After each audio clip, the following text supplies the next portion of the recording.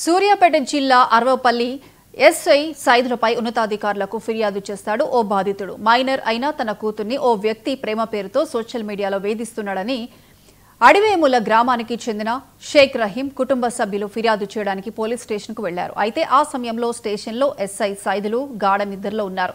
ఫిర్యాదు చేయడానికి వచ్చిన తమను ఎస్ఐ పట్టించుకోకపోవడమే కాకుండా వేధిస్తున్నారని బాధితులు చెబుతున్నారు. ఎస్ఐ నిద్రపోతున్న ఘటనను బాధితులు వీడియో తీశారు. ఇక దీనిపై జిల్లా ఎస్పీ నరసింహకు ఫిర్యాదు చేశారు.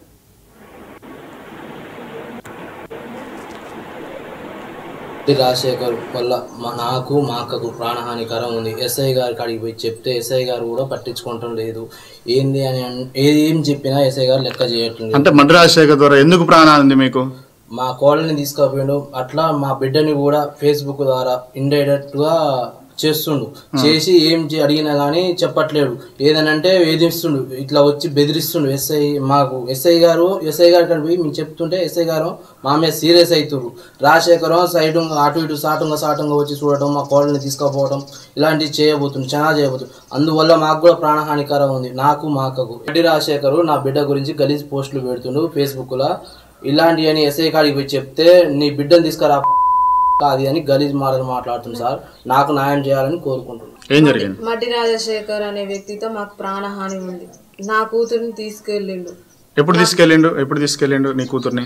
19వ తారీఖు 9వ నెల 2025 రోజు తీసుకెళ్లిన తర్వాత కేసు పెట్టిరా? నేను వెంబటే పోయి పోలీస్ స్టేషన్ లో కేసు పెట్టిన. కేసు పెడితే ఎస్ఐ సార్ పట్టించుకోవడం లేదు. మిస్సింగ్ కేసు అని పెట్టిండు.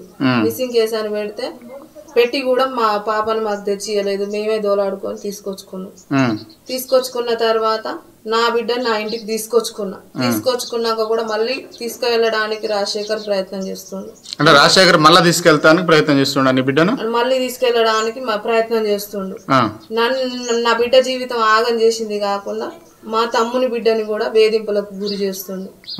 నాకు మా తమ్మునికి మడ్డి రాజశేఖర్ ద్వారా ప్రాణహాని ఉన్నది. పోలీస్ స్టేషన్ లో కేసు పెట్టిరా? మరి కేసు పెడితే కూడా సార్ పట్టించుకోవడం లేదు. ఎస్ఐ సార్ తోని కూడా మాకు ప్రాణహాని